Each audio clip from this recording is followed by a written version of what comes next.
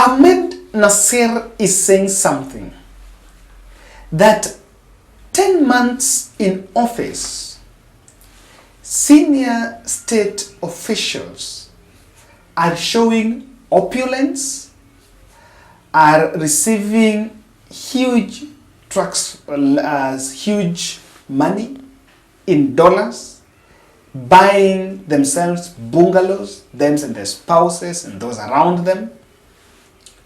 While that is happening, economy is going down.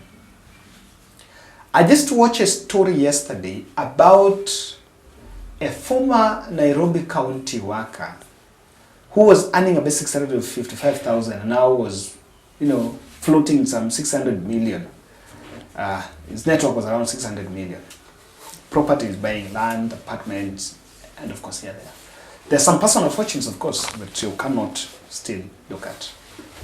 I want to say without fear of contradiction that our taxation regime is high, unpredictable, and you can sleep today and not the next thing you want to pick tomorrow in the morning, you want to look at what's in the newspapers and what the TVs are reporting, because you never know which new tax is going to be introduced or has been introduced.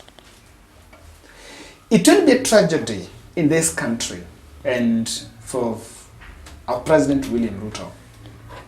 It will be a tragedy, Mr. President, sir, if the money we are putting efforts, we've even employed tax champions under KRA to collect, and more of that which we are borrowing is actually getting into people's pockets.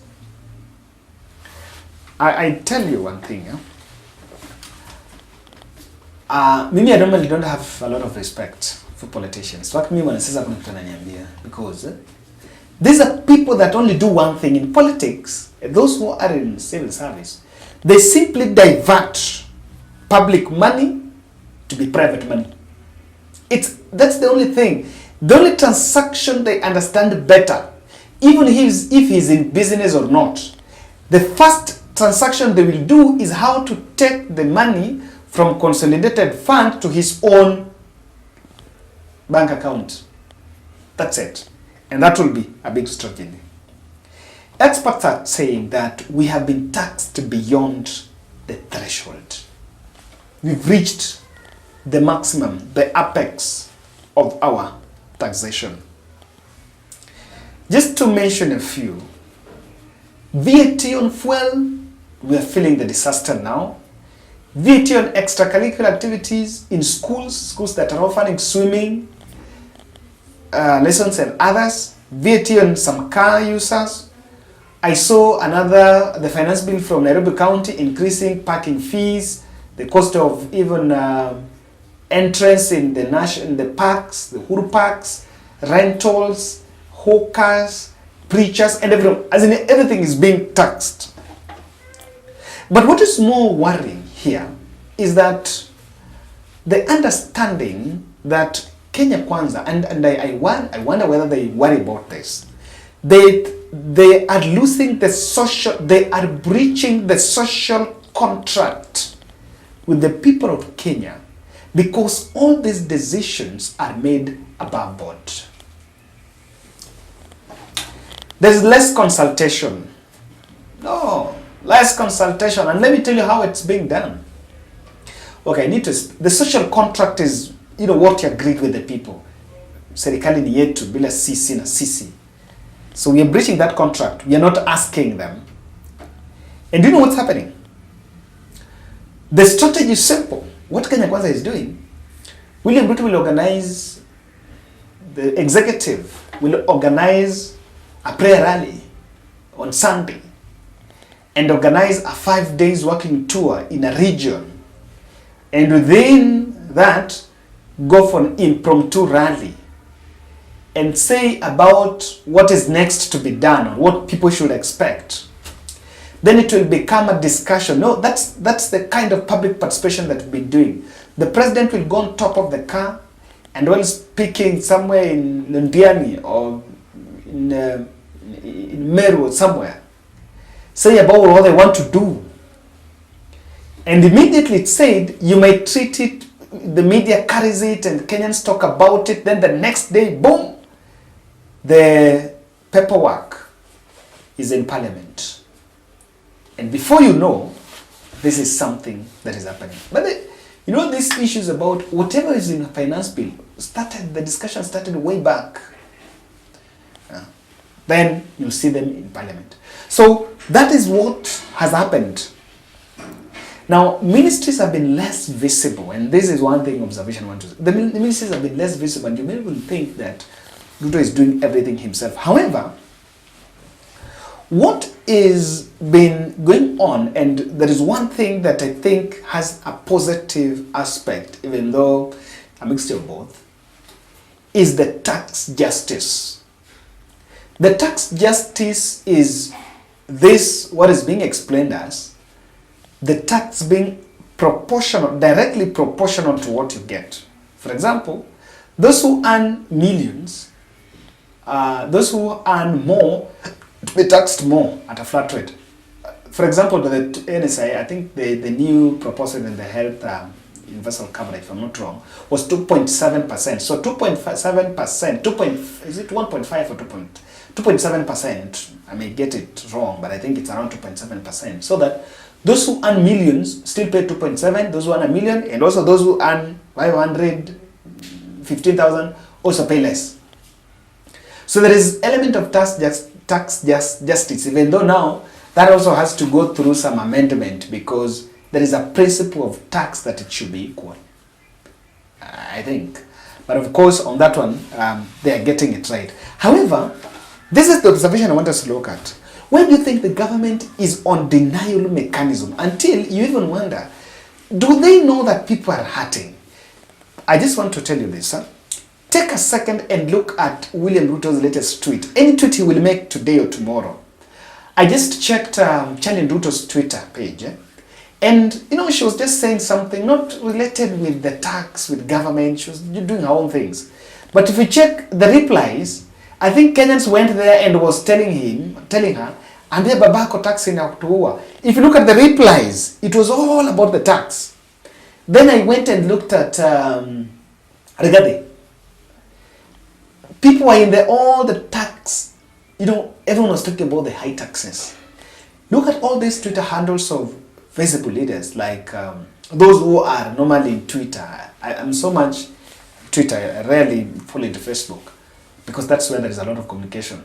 You'll see Kenyans are hurting. And I think even William Ruto sometimes, you don't even need the intelligence. You just need to grab your phone, tell them, log in my Twitter page, give me my last tweet, open the replies, let me see what Kenyans are saying. You will just see that Kenyans are crying, but you find a way that the president is very defensive. And you seem to understand, does he really live in our world? I want to tell you the reason why this is happening. Defensive and offensive mechanism against the population, even though things are bad. 3 reasons. William Ruto knows very well that sycophancy has watered down democracy. That there are many people that he got himself some sycophants. He got himself people who believe. And I saw that tweet by, I think, Bianca, one of government bloggers saying that he's so happy that William Ruto is the president because he was in a position to vanquish Uhuru Kenyatta's and Moi families. People think around that line. So, that those who argue that way, that is sycophancy. So he has known very well. Again, the sycophancy has also taken over democracy because even those around him and those who have been given positions of influence have been given because they are my people, our people. If they're not shareholders, then they are friends. And that is the same way that is the same thing he's doing with the public. He has known that there are people gullible supporters in Central, Western, Rift Valley, Nyanza, not Nyanza, not even Nairobi, is it West? No, he's ability. And he knows very well that these people cannot question me. They just want me to say, and again, you know, at Prezi, at the campaigns, he projected himself as a very courageous man and the warrior, the man who was, you know, has vanquished the two. So when he puts that bold stand, people see Ruto the person. Number two, there is an attempt for the presidency to be judged.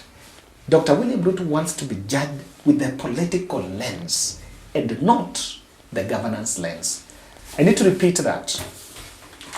The moment we will start looking at President Ruto with a governance, through the governance lens, not with the political lens, all this defensive mechanism will end. You know what I'm saying? There are those who see William Ruto as the UDA leader, as our leader. They don't see Ruto as the head of government. They see him as UDA leader who is just leading the country, but not on the governance. No one wants to question the governance. And the reason why he's doing that, he's strongly going to the public and not seem to be acting, because he knows very well that they're looking at him as UDA leader who defeated Raila. Lastly, we want to suppress the opposition because he knows very well that opposition might actually take the chance and run away with it, with the strong narratives. So we want to suppress, to be seen as if there is some hope, you know, things are gonna change. How things are gonna change? Kenyans are hurting. It might take long for people to come out and say enough is enough. But remember, there comes a time, I've checked sometimes when those people who support Ruto, and you'll see some of them in this channel who left the channel, they're back, they're now calling back saying, Kevo, things are indeed bad, this. But again, our work is just to remind and say what exactly it is. We need to be very sensitive, we need to get it right, and even if we tax, we must get it right. Thank you.